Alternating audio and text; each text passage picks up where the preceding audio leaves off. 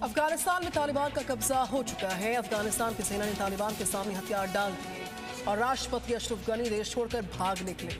लेकिन अब अफगानिस्तान में क्या होगा? तालिबान के कब्जे के बाद अफगानिस्तान की कमान कौन संभालेगा?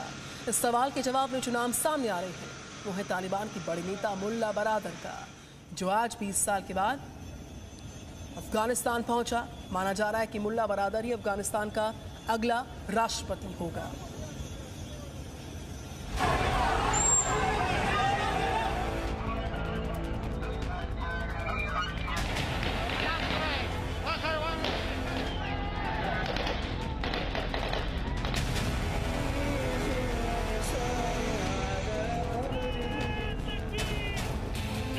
अफगानिस्तान में तालिबान की जीत के सूत्रधार मुल्ला अब्दुल गनी बरादर का विमान जब कंधार में उतरा तो कुछ इस तरह से तालिबान के दूसरे नेताओं ने उसका स्वागत किया।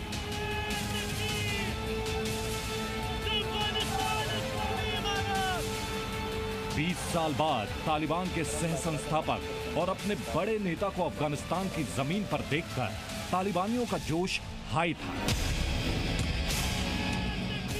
जमकर नारेबाजी हुई।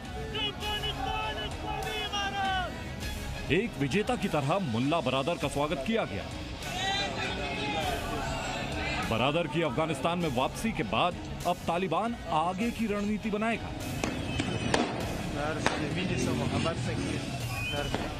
और तालिबान की नई रणनीति के केंद्र में रहेगा वो ही चेहरा जिसके सिर तालिबान बांध रहा है अपनी इस जीत का ताज, यानी खुद मुल्ला बरादर, जिसे अफगानिस्तान का नया राष्ट्रपति माना जा रहा है।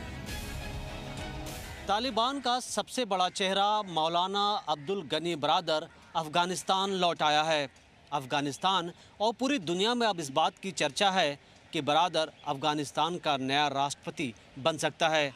अगर अब्दुल गनी बरादर अफगानिस्तान की सत्ता में आता है तो अफगानिस्तान में क्या बदलाव होंगे, आज हम आपको यही बताएंगे। चलिए सबसे पहले हम आपको बताते हैं कि आखिर कौन है ये मुल्ला बरादर, जिसके बारे में कहा जा रहा है कि वो अफगानिस्तान का नया राष्ट्रपति बनने जा रहा है। मुल्ला बरादर का पूरा नाम मुल्ला अब्दुल गनी बरादर है। मुल्ला अब्दुल गनी बरादर उन 4 लोगों में से एक है जिन्होंने 1994 में तालिबान का गठन किया था। मुल्ला बरादर मुल्ला मोहम्मद उमर का बेहद करीबी और भरोसेमंद था। तालिबान सरकार में 1996 से 2001 तक उप रक्षा मंत्री के पद पर तैनात रहा। अमेरिका के खिलाफ लड़ाई और वार्ता में महत्वपूर्ण भूमिका निभाई। मौजूदा वक्त में तालिबान का सबसे बड़ा रणनीतिकार है। पहली बार तालिबान पावर में आई तो ये मंत्री रहे, मिनिस्टर डिफेंस या वाइस प्रेसिडेंट भी रहे। और जब तालिबान की सरकार गिरी, जब अमेरिका ने इन्वेजन करा, तो मुल्ला उमर जब भागा तो कहा जाता है कि इसने अपनी मोटरसाइकिल के पीछे बिठा करके भागे थे ये लोग अमेरिकन फोर्सेस से। और उसके बाद 2010 तक ये अमेरिकन फोर्सेस को अपोज करता रहा, लड़ता रहा तालिबान के साथ। तालिबान ही है ऑफ कोर्स लीडर की तरह से, परंतु 2010 में इसका अरेस्ट हो गया पाकिस्तान में। आज जिस मुल्ला बरादर के अफगानिस्तान के राष्ट्रपति की कुर्सी पर बैठने की बातें चल रही हैं, एक दौर था उसे पाकिस्तान की जेल में 8 साल बिताने पड़े थे। 2001 में अफगानिस्तान पर अमेरिका के हमले के बाद उस वक्त डिप्टी डिफेंस मिनिस्टर रहे मुल्ला बरादर को भागना पड़ा। तब अफगानिस्तान में अमेरिकी फौज पर मुल्ला बरादर ने लगातार हमले करवाए। आखिरकार 2010 में मुल्ला बरादर पाकिस्तान के कराची से पकड़ा गया। ये तस्वीर उस वक्त की है जब मुल्ला बरादर को पाकिस्तान में गिरफ्तार किया गया था। उस समय अफगानिस्तान सरकार शांति वार्ता को बढ़ावा देने के लिए जिन बंदियों को रिहा करने की मांग करती थी, उनकी सूची में बरादर का नाम प्रमुख होता था। और जब अमेरिका को लगा कि उसे अफगानिस्तान से लौटना है तो तालिबान की ओर से वार्ताकार की तलाश करते करते उसे मुल्ला बरादर की याद आई। इसके बाद डोनाल्ड ट्रंप के निर्देश और तालिबान के साथ डील होने के बाद पाकिस्तान ने इसे 2018 में रिहा कर दिया था। रिहाई के बाद मुल्ला बरादर अमेरिका के साथ तालिबान का प्रमुख वार्ताकार बना।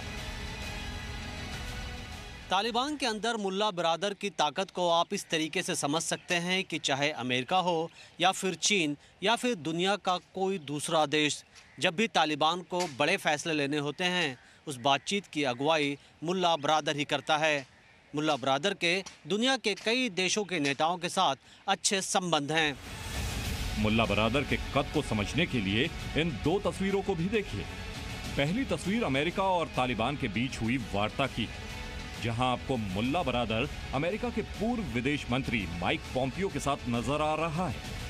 वहीं दूसरी तस्वीर जुलाई 2021 की है, जब मुल्ला बिरादर की अगुवाई में तालिबानी प्रतिनिधि मंडल ने चीन के विदेश मंत्री वांग यी से मुलाकात की थी।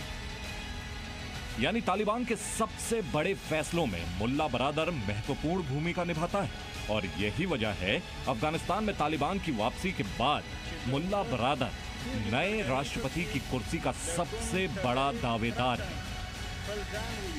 आज की तारीख में मुल्ला बिरादर जो थोड़ा मॉडरेट फेस के रूप में जाना जाता है तालिबान के, वो एक प्रेसिडेंट बनने के लिए जो क्वालिफिकेशंस चाहिए वो उसमें हैं और इसीलिए उसे एक प्रोबेबल कैंडिडेट माना जा रहा है कि आने वाले वक्त में वो तालिबान का प्रेसिडेंट बनेगा। फिलहाल अब्दुल गनी बिरादर अफगानिस्तान में 20 साल से चल रहे युद्ध का निर्विवाद विजेता बनकर उभरा है। बिरादर का कद तालिबान के प्रमुख हैबतुल्लाह अखुंदजादा से नीचे है। इसके बावजूद उसे तालिबान का हीरो माना जा रहा है और अफगानिस्तान का नया राष्ट्रपति भी। काबुल से अनस मलिक के साथ मनीष शुक्ला, जी मीडिया।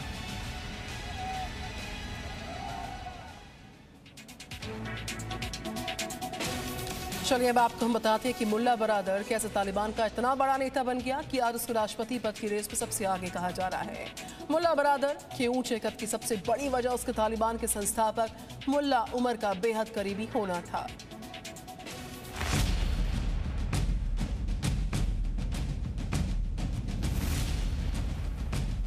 मुल्ला अब्दुल गनी बिरादर तालिबान की अमेरिका पर जीत का नायक बनकर उभरा है।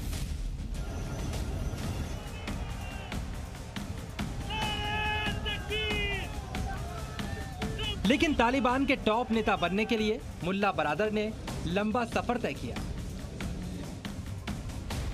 जिसकी शुरुआत सोवियत संघ के खिलाफ मुजाहिदीनों की लड़ाई से हुई थी।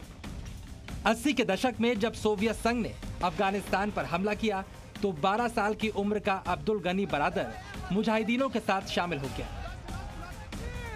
अमेरिका की मदद से मुजाहिदीनों ने 1989 में सोवियत संघ को अफगानिस्तान छोड़ने पर मजबूर कर दिया, जिसके बाद वहां के लोकल वॉरलॉर्ड्स के बीच कब्जे को लेकर रस्साकशी शुरू हो गई। इस सब के बीच एक नाम उभर कर सामने आया, अमीर उल मोमिनीन मुल्ला मोहम्मद उमर का, जो बाद में तालिबान का संस्थापक बना। अब आपको समझना होगा कि मुल्ला बिरादर कैसे मुल्ला उमर का करीबी बन गया। दरअसल मुल्ला उमर कंधार के पास एक मदरसे में पढ़ाया करता था। कंधार में ही अब्दुल गनी बिरादर की मुल्ला उमर से मुलाकात हुई। धीरे धीरे बिरादर मुल्ला उमर का खास सलाहकार बन गया। मुल्ला बिरादर और मुल्ला उमर ने साथ मिलकर काबुल पर चढ़ाई की। कुछ ही सालों में पूरे अफगानिस्तान पर तालिबान का कब्जा हो गया। वक्त के साथ बिरादर उमर का सबसे विश्वास पात्र और खास कमांडर बन गया। मुल्ला उमर के बेहद विश्वास पात्र होने की वजह से तालिबान सरकार में मुल्ला बिरादर को उप रक्षा मंत्री का पद भी मिला था। कुछ साल पहले पाकिस्तान की ISI ने इसे अरेस्ट किया था, सिर्फ वाशिंगटन को ये दिखाने के लिए कि वो आतंकवादियों के खिलाफ एक्शन लेते हैं। और 2018 में इसे रिलीज़ किया गया जब United states of America Taliban के साथ बातचीत करने का मन बना चुके थे। तब से अब तक बिरादर एक तालिबान का पब्लिक फेस बन के उभर के आया है सामने, और इसे एक थोड़ा मॉडरेट तालिबान का फेस भी माना जाता है। चलिए अब आपको बताते हैं आखिरकार बिरादर तालिबान के अंदर इतना लोकप्रिय कैसे हुआ। बिरादर सिर्फ सीनियर तालिबानी कमांडरों से नहीं मिलता था, बल्कि छोटे दर्जे के अधिकारियों और आदिवासी बुजुर्गों के साथ भी बातचीत करता था। आम नागरिकों को भी बिरादर काफी इज्जत देता था। मीटिंग्स के पॉइंट नोट करने के अलावा वो लगातार मुल्ला उमर का नाम भी लिया करता था। इसके अलावा तालिबान की लड़ाई की रणनीति भी वही तय करता था। बरादर को इन सभी खासियतों ने तालिबान और उसके बाहर भी काफी लोकप्रिय बना दिया। मुल्ला बरादर तालिबान का सबसे सर्वमान्य और असरदार चेहरा है, जिसके नेतृत्व में तालिबान के सभी नेता काम करना स्वीकार कर लेंगे। देखा जाए तो मुल्ला बरादर की इमेज भी काफ़ी सॉफ्ट है और ऐसे में तालिबान को अफगानिस्तान की जनता का समर्थन पाने में भी मदद मिलेगी।